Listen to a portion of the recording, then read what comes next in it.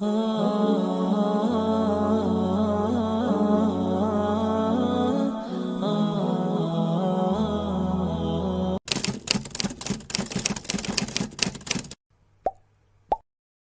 جزاء الإحسان إلا الإحسان.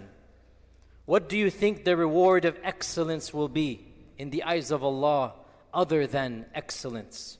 One of our scholars of the past, he was asked, which verse do you think is the most optimistic verse in the whole Quran? He mentioned this verse, هل جزاء الإحسان إلا الإحسان. He was said, this verse, there are so many other verses, why did you choose this verse to be the most inspiring and the most optimistic? He said, Subhanallah, Allah is promising His excellence in return for ours. And is there any comparison? When we put in our 100%, when we do the best we can do, and how imperfect that will be, Allah has promised that He will do the best He can do. And how can we compare the finite with the infinite?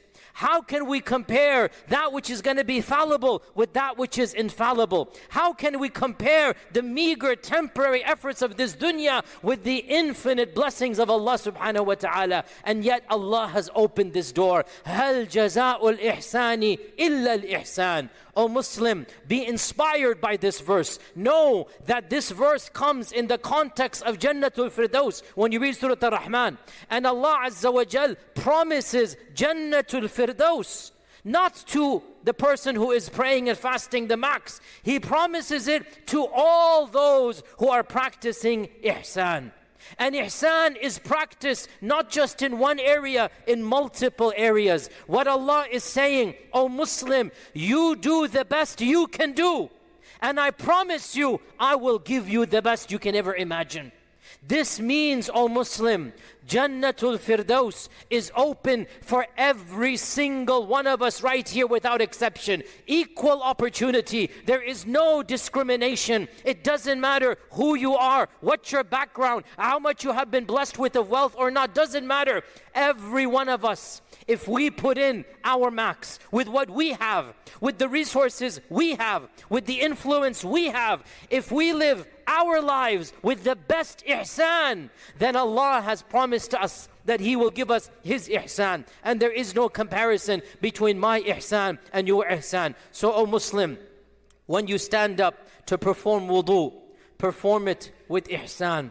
And make sure you wash yourself the way Allah wants you to wash. When you stand up to pray, monitor your prayer with ihsan and pray as if this is your last prayer. When you give charity, give it with ihsan. Look at where you're giving and feel a sense of humility and awe and thankfulness that you're giving charity. When you interact with your relatives and family, do so with ihsan. When you meet your parents, do so with ihsan. With your business partners, interact with them with ihsan. When you buy and sell with ihsan. In every single interaction you do it with ihsan. And if you live your life like this, no matter who you are, where you are, if you live your life with this level of ihsan, then guess what? Allah is promising you, هَلْ جَزَاءُ الْإِحْسَانِ إِلَّا الْإِحْسَانِ. O Muslim, be of the muhsineen. Wallahu yuhibbul muhsineen. Be of those who practice excellence in every single minutiae of life. Whatever you do it with ihsan. Whatever Allah has blessed you to do it with ihsan. And when you do so, you will live and die as a muhsin. And when you give ihsan up to Allah,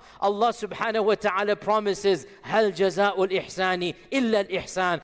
May Allah Azza wa Jal grant us to be of the muhsineen. May Allah subhanahu wa ta'ala make us of those who can live up to ihsan in our rituals, in our ibadat, in our salawat, in our muamalat, in our akhlaq. May Allah subhanahu wa ta'ala allow us to witness the beauty of this ayah. هَلْ جَزَاءُ الْإِحْسَانِ إِلَّا الْإِحْسَانِ. Wa akhiru da'wana alhamdulillah. Inshallah we'll continue tomorrow with a final talk. Assalamu alaikum.